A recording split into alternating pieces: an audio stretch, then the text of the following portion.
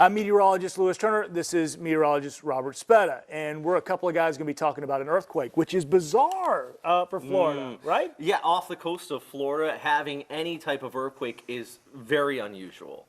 No tsunami warning or anything with that anytime you think of one offshore. Sure. But this one's kind of interesting because in the past, we have had 3.9 to 4.0 earthquakes off the coast that ended up not being natural. Okay, so when you say not being natural, we're talking about military applications. So in 2021, the Navy was doing shock testing, essentially, of the USS Gerald R. Ford, which we actually have video of, essentially setting off bombs around these massive ships to see what they can and can't handle. And you being a Navy veteran yourself, I mean, you're familiar with these types of things. What's going on with those things? It's just part of their sea trials to make sure, like, the metal is all there, right? So when they get in a real combat scenario, it doesn't fail. Right. You know, you want to make sure it's good to go before you go and start using these in wartime scenarios. Well, and nuts and bolts with this, so to kind of rewind before we go forward, we're still kind of asking the question of the Navy. We're asking the question of the U.S. Geological Survey, the USGS, who handles these sort of things. But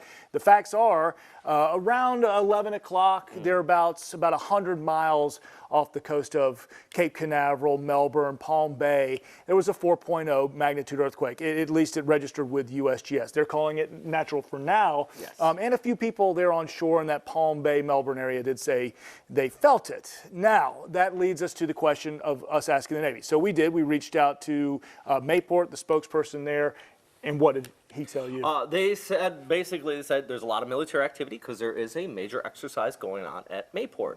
So it kind of, you know, you're kind of getting different information. It's initial, and they can only tell us so much. They're not going to tell us where ships are or anything like that. Correct. But basically, as you said, the USGS is saying it looks pretty natural. Also that it takes place at 10:50 at night. Right. Which in the past, like we had the video of the Ford, those all take place during the day because during sea trials you want to have a good visual of what's happening out there. So it would be unusual to have military activity at night. And when you talk about seismic activity on the east coast of the United States, not entirely out of the question, some tectonic plates that would have activity, maybe down towards the Caribbean, the Bahamas, that basin, but really on the east coast of Florida, not much out there.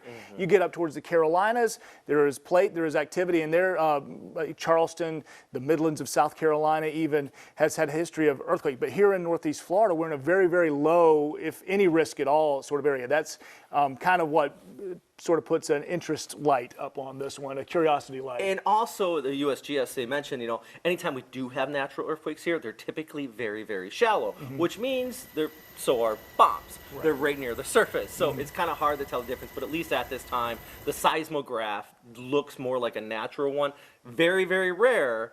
And it's shallow, so there still is some questions with it. There you go. Anytime something like this happens, it's curious, it's interesting. We want to talk about it. We're going to ask more questions about it as well. As things get confirmed, we'll bring it to you. Nothing to worry about, as Robert mentioned there off the top. No tsunami warnings or anything like that, but that would, of course, pique interest. But we'll keep following for you. I'm Lou. This is Robert. Hope you enjoy a little earthquake talk today. Yeah.